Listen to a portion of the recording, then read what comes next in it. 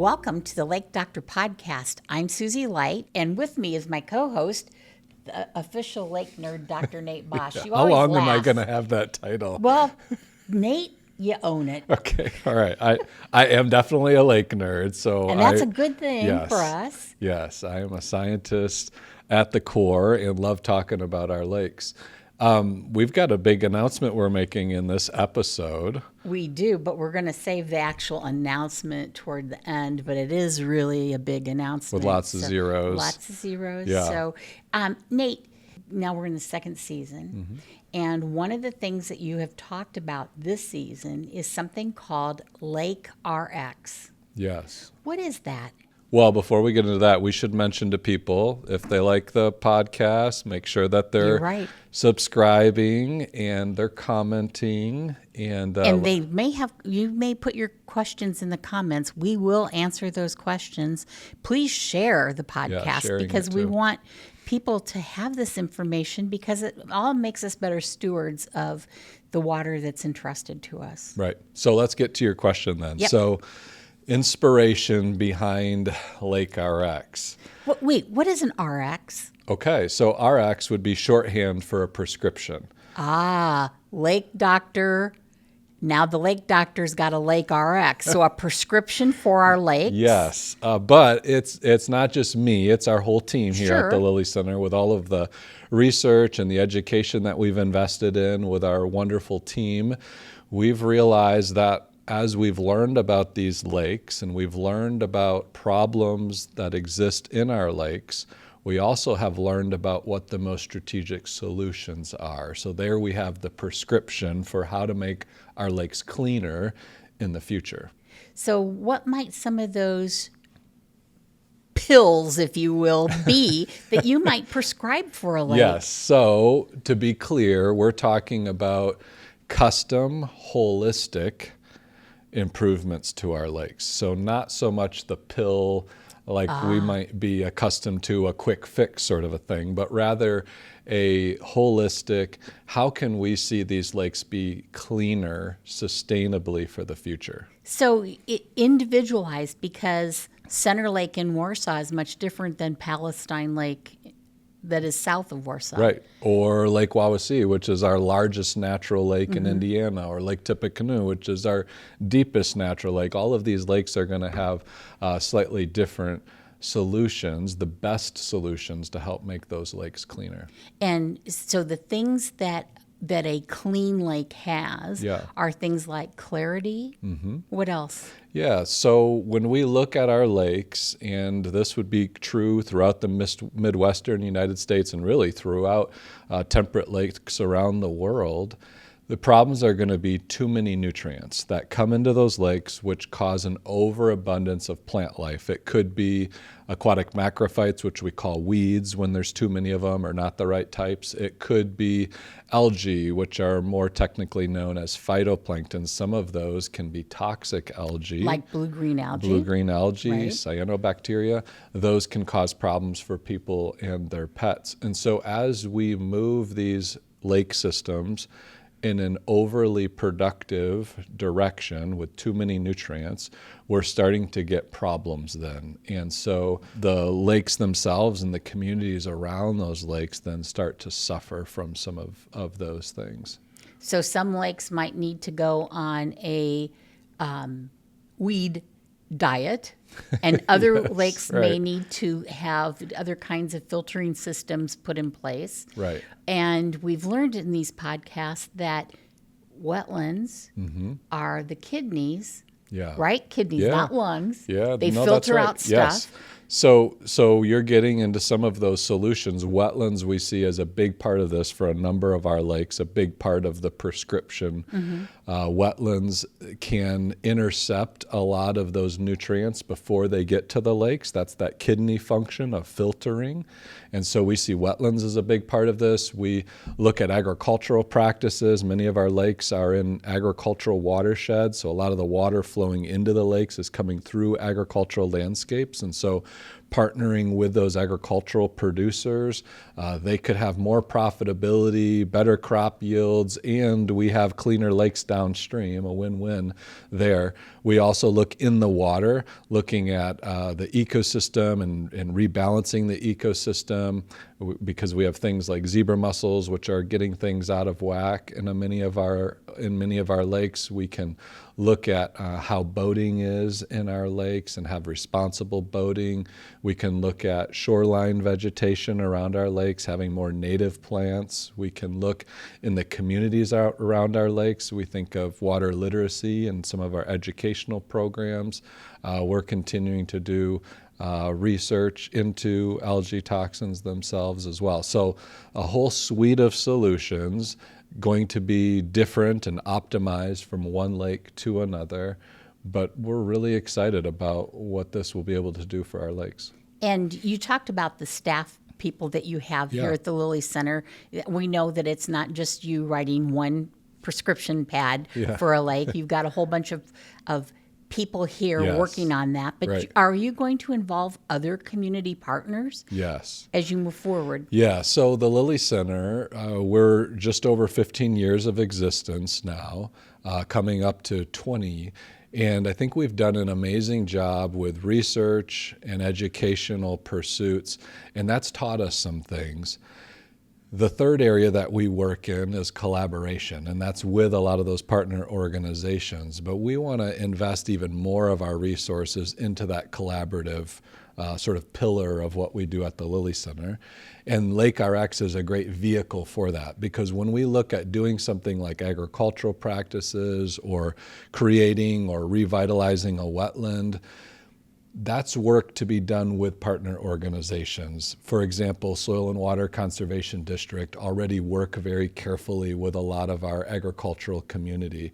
And so can we come alongside Soil and Water and help them do more and do even quicker some of the work they're already doing with producers? Or the Watershed Foundation or the Wawasee Area Conservancy Foundation with land and wetlands up in the watershed, can we come alongside them and implement some of those things? Or our lake associations, looking at some of the overabundance of weeds in our lakes, and can we look at maybe mechanical harvesting of those weeds as an alternative to the chemical herbicide spraying of those weeds in some of our lakes? And so this exercises, to use another sort of health analogy, exercises one of those parts of the Lilly Center, which is collaboration, and we want to invest even more. And so that's going to take our whole team at the Lilly Center. We've got researchers, we've got educators, and we've all sort of done collaboration, but we want to move even towards specifically having some staff members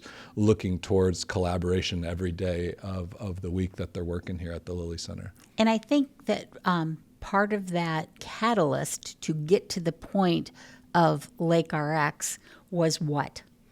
Yeah, that's a good question. So imagine, if you will, I'm on a vacation with my family out in the western United States. And we went to a lot of national parks. We love doing hiking. We had the goal of hitting all 50 states with our kids before they were 18 years old and starting to move out of the house. And we met that goal, all 50 states.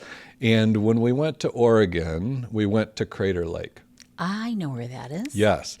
And my wife said I was like a kid at Disney World, so excited to go to this amazing lake. And I actually, because of the lake nerd title, right, I was able to go out on the lake with the researchers.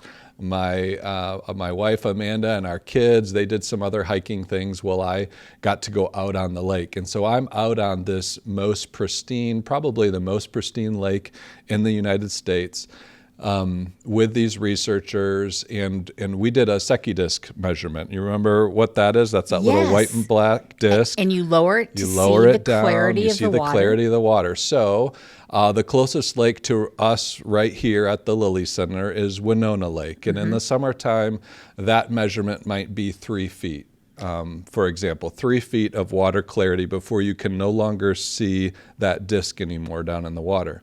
When I was out on Crater Lake with the researchers there with the National Park Service, I lowered the disc down 103 feet and could still see it.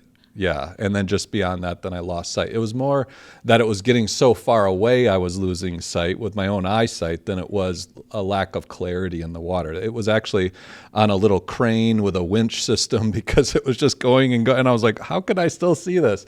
And so when I was there, seeing 103 feet visibility versus our local lakes here being closer to 3 feet of visibility, that was inspirational to me. Our Lilly Center staff back here thought maybe I'd never come back to Grace College and to Indiana because of how beautiful that was out there. I took my Lilly Center tumbler as well while we were out on the lake, got a little bit warm and thirsty, and just took a scoop of water and just drank it directly from the lake as well. I mean, this is pristine water. And I got to thinking, what if our lakes here in Kosciusko County, north central Indiana, could start to approach the pristine cleanliness of Crater Lake in Oregon? Now, I'll be honest, we can't get totally there. Crater Lake sits at the top of a crater, hence its name, so there's very little watershed, very little opportunity for sediments and nutrients to get in that lake. But we certainly can do better with our lakes. And our lakes have had a history of 150, 200 years of degradation.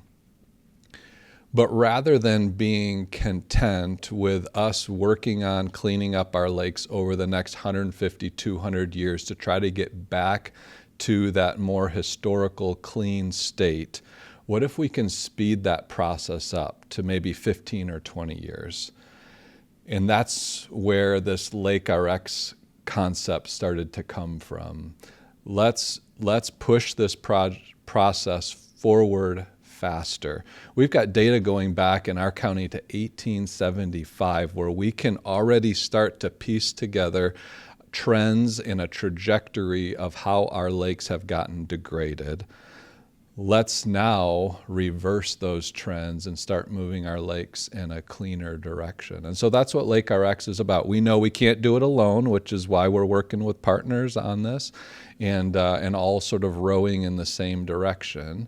It's also going to take a lot of funding. Well, and I think that's what the big news is about, but we're not ready to announce that yet. Okay. So yes, it's going to take a lot of funding. Yeah, and so as we look at this, it's going to take tens of millions of dollars to be able to start to move the needle in the opposite direction. For or lower our the lakes. sucky disc so it's clear. Yes, so that we have these clearer lakes and cleaner lakes. And so really excited about it, but know that it's a big task in front of us as well.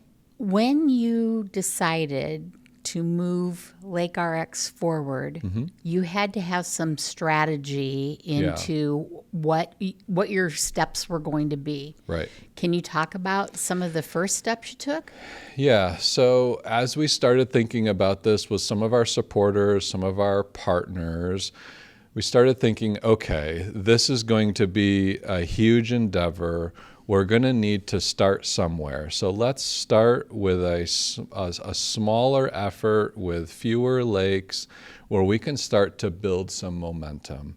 And so as we talk to some of those supporters and some partners, and you were one of those earlier advisors of ours as one of our founders of our organization, we started to hear themes come up of, hey, this has to be visible. So those initial solutions that you start to implement, they have to be visible so people can see them, appreciate them, see that the money that they might have invested personally is going to a good cause and they're seeing a result from that. The other thing that we continued to hear was these impacts, these solutions need to be measurable. We need to get some early wins so as to sort of push this forward. We also know, as I said just a couple moments ago, it needs to be focused. We can't start Lake RX looking at thousands of lakes throughout the Midwestern United States. No, rather, let's pick a few lakes with a concentrated effort, start to show results, show visible impacts, and then start to grow from there and move throughout our lakes here in Kosciusko County. And we really hope that Lake RX would be a model, not just for our county, but for lakes all across Indiana, all across the Midwest as well. But we need to start somewhere, and we need to start seeing an impact so that that momentum can grow. You know, projects like this take a lot of resources, not just people, and not just the resource of time, but the resource of funds. So and you know a thing or two about that from your career. Possibly. So part of your strategy in this is the work that we need to do, and this is how we need to execute that work. Yeah. What was your strategy to look at how you might fund this work? So early on, I started thinking about, and this is some inspiration from you as well, Susie, is, okay, well, if it's going to cost tens of millions of dollars, what's, you know, how are we going to come up with that amount, say $100 million? How do you come up with $100 million? How do you come up with $1 million, right? And so we were thinking, and you helped us start thinking about family legacy, estate planning with some of our donors, but it looked too far off, too big, and so then we started to think about how do we start with this more focused effort to start this momentum, and so then we started thinking about, you know, fewer lakes with more visible, with measurable impacts so that we can grow up over time. So are we ready to talk about the big number yet? Sure, let's talk about it. Okay. So tell us, Nate. Tell us. Like, where's the drum roll? Yeah. So tell us about this wonderful gift that came to the Lilly Center. Yeah, so this is fitting that we're recording this today because we just sent out our press release today. We had let our donors know about it first, some of our partners know about it, of course, our colleagues here at Grace College, but just today announced that out more broadly. We received $10 million. Okay, wait a minute. That's a lot of zeros. That's a lot of zeros.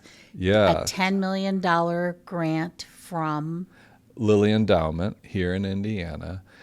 And they are investing that money in such a way that $8 million will be endowed here for the Lilly Center, where it will spin off hundreds of thousands of dollars each year. So endowment gifts are really important to organizations and to long-term projects like this because the corpus spins off annually dollars. It's invested permanently and spins off money for the work that you're doing. Right. Crucial things. Yeah, and so you use the word corpus, so that $8 million then also some people would call it the principal, that would then stay as $8 million and would grow over time to $9 to $10 to $11 to $12 million, outpacing inflation, but also growing. So the spending policy here at Grace College is 4%. 5-year running average of that corpus. And so it's a conservative amount then that comes off, your earnings come off, it's consistent year after year despite stock market going up or down.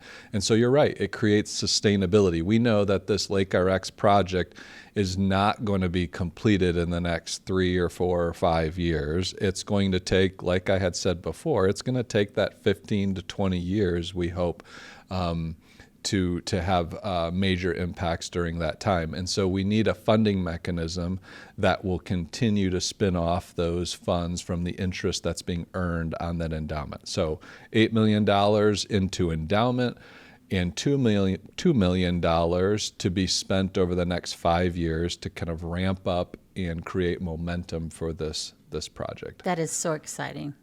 Yeah. That is like...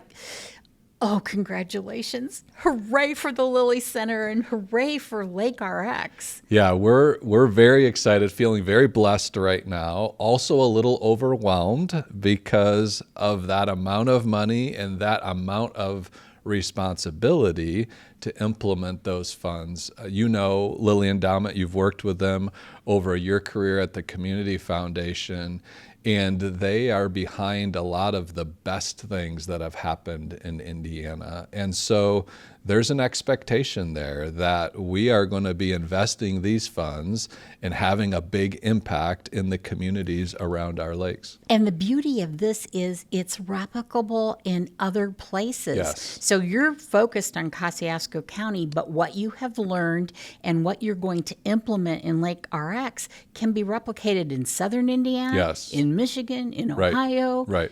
It is really exciting to think that we're developing a model that can change how lakes are improved for a much larger geographic area. Gives me goosebumps. That's pretty cool. I'm so excited for you. Yeah. And for the Lilly Center and for our community. You know, that's the beauty of this is like Grace College and the Lilly Center is the beneficiary of this wonderful, wonderful gift. Mm-hmm. But it's community that is the benefit of the work that you're doing. Yes. And that's what I'm excited about as well, because when you look at lakes as an important part of our communities here in northern Indiana, the lakes are the reason that families continue to gather together year after year. Lakes are the reason that many of our communities have the income through property taxes and other means to have wonderful schools, to have great social services, to have amenities of restaurants and grocery stores and little shops that normally wouldn't be there if it were not for the lakes. And recreation opportunities. And recreation opportunities available to all people. So our county, just on its own, has 7 public beaches which are open to everybody. Anybody from our communities locally or even from visitors from far away can come and freely access these lakes through these public swimming beaches. In many of our lakes, not all 100, but many of our lakes also have public access boat ramps. So somebody with a canoe or a kayak or a stand-up paddleboard or a fishing boat or a pontoon can come and bring that watercraft onto one of our lakes and enjoy all the things that the lake has to provide. And we should also say that these lakes provide for the economies of our communities as well. We did, and I think we've mentioned it on this podcast before, we did a research project a few years back and found over $300 million comes into just Kosciusko County, just one county in Indiana, every year because of our lakes. Now, we can scale that up throughout Indiana, and we've done that in an estimated way, and it's billions of dollars are brought into the state of Indiana because of the lakes. That's specifically because of the lakes, through all of the services and all of the community sort of quality of place sorts of opportunities. So our lakes are not deplorable. Like, we're not in a horrible position with our current lakes.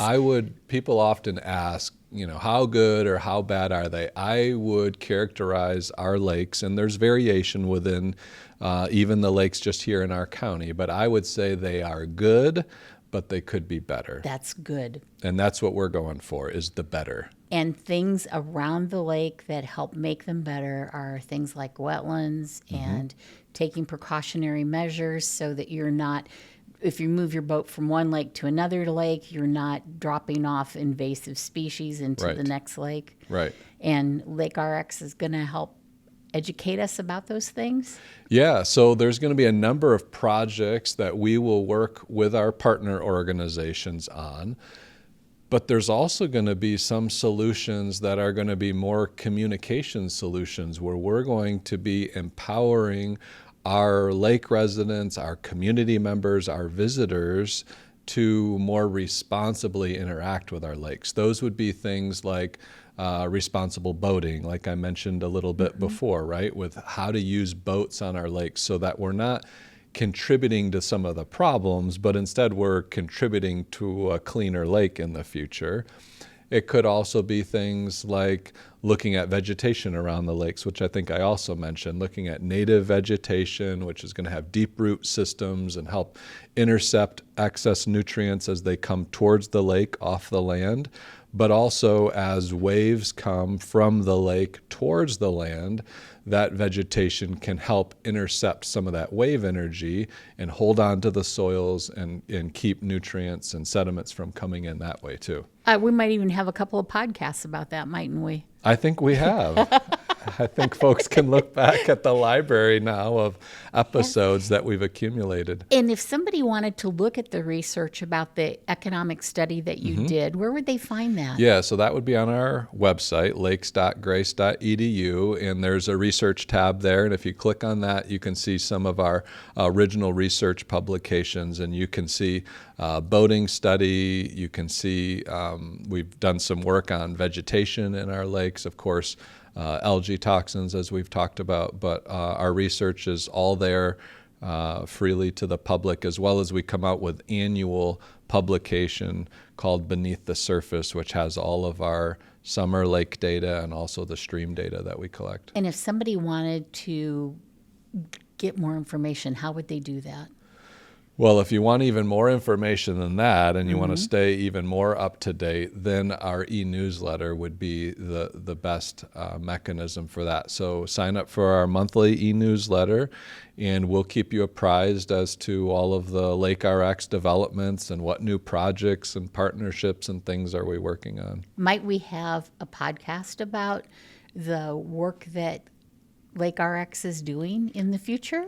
I think we can expect several podcasts that will be looking at Lake RX and what sort of impacts it's having, even in its relative infancy as we just get started and start to build momentum. I am so thrilled for our community who will be the beneficiary of this awesome work, thanks to the lovely gift that you've received from Lilly Endowment. Nate and your whole team, congratulations on a successful launch for Lake RX. Yeah, thank you. And now the work begins. And now the work begins. And you know, one of the questions that that people might have is, well, you've got this big gift from Lilly Endowment. Yeah. Do you need additional supporters?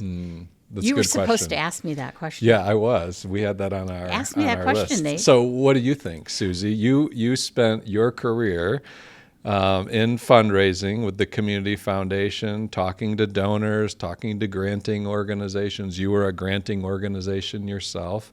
What's kind of the rationale behind that? How does a donor look at that? Well, personally, I like to donate to successful things. So my donations will continue to come to the Lilly Center. And I think very astute donors are going to understand the work that you're doing is going to need millions of dollars. Right. This first gift is the first gift. Yeah. But the opportunity to invest and to donate to something critical for our community that will be highly successful. Look at the 15 plus years you've had of how the Lilly Center has grown and next steps that you've always managed to take. Of course, people are going to want to be part of this. And I'm a proud supporter of yours. Good. And I think part of that we're going to need to talk with our supporters about is we're not going to stop doing the research and education that we've been doing. Good. We might do it slightly different, but we're going to continue to do those things. So we'll continue to need that operating support that people have provided to do those things. And you might say, even with Lake RX, those things become even more important because the research is going to show how we're doing. Are these solutions working, or do we need to pivot and move in some different directions with solutions? The education is going to help with some of these solutions as we get the word out in our communities. And also education. Maybe there's different ways we need to consider educating the community members through around these lakes. So that work will continue. So we need folks to continue to support that. But now there's Lake RX as well, which is a new part of what we're doing, and that will require additional funds. in addition to this large grant. As you said, this large grant is amazing, but it's not going to pay for everything that we need to get done and that we envision. First step. It's just the first step. So we'll rely on you and others to even increase their giving going forward. We hope so. Yeah. We hope so. But I think you bring a good point up. Certainly to me, it would seem logical that if an organization gets a large grant, well, they don't need my money. But that's not the case. That is not the case. As granted funds come in, good work starts to get done even more. And with that momentum comes even more need for doing that good work and growing that good work. And so we hope people will see, as you described, see the Lilly Center as a worthy organization to be invested in. And the work we're doing is worthy to be invested in. And as we continue to have more and more impact, people will see their investment as more and more important here at the Lilly Center. And that fundraising success would increase in the future, as we've seen it do over these last 15 years plus. And your challenge, part of your challenge, not only to do this work, but to be able to communicate to our community members why this is important to them, how it's making a difference in our community, our world, our water, and you're all up for the task. Yes, we are. We are excited. This we look at as sort of the next phase of the Lilly Center for Lakes and Streams here at Grace College. We're proud of the work we've done to date, and that really gives us then the foundation to go into this next phase, which is Lake RX, and having a bigger, faster impact in making our lakes cleaner. A personalized prescription for lake improvement. Yes. Hot dog. That's right. Excited about this. Thank you so much. Yeah. Thanks for listening to the Lake Doctor podcast. We are encouraging you to comment and to share. This is an important message, and we're really thrilled with the opportunity that Lilly Endowment has gifted to the Lilly Center for Lake RX. But we need more support because there's a lot of work to do. Yeah, and so if I could just highlight that a little bit more, we talked about people signing up for our e-newsletter monthly. So maybe you're just hearing about the Lilly Center for Lakes and Streams or Lake RX for the first time, and this is something we'd ask you to invest in, is a little bit of time and attention by signing up for our e-newsletter. So that can be done on our website, lakes.grace.edu, and learn more about what we're doing and stay updated. For those listeners and viewers who are already sort of bought in and they're already paying attention, maybe you consider investing financially in what we're doing. And again, our website, lakes.grace.edu, will give you all the info. And as you've helped me over the years, Susie, as a fundraising cheerleader and coach, there's lots of ways people can give that are available on our website. And then for those who are already financially investing, like we talked about, you and your husband are supporters, we're looking for people to step up and help with additional funding for this Lake RX project. We're really excited about the impact that it's going to have. And one of the cool ways, I'm of an age now where I have an IRA that I have to take an annual distribution from. And instead of taking that annual distribution as income, I can make a qualified charitable distribution to charities of my choice. Guess what my choice is? Thank you, Susie. And that's a great tax benefit decision for you too, right? Because if you would have taken that distribution for you and your husband to go out for dinner or go on a vacation or something, then you would be income taxed. Whereas when you give it to a charity, then it's free and clear. I don't have to pay an income tax. Yeah. I don't get a charitable deduction. I don't need one at this point. Okay. It is from my IRA, and that's a fun thing to do. Yeah. And we certainly appreciate seeing those donations come in each year in that I way. love seeing the results. You are doing good work here. Good. Thank you. Thank you. Thanks for watching. Stay tuned for more episodes of the Lake Doctor podcast when the doctor is in.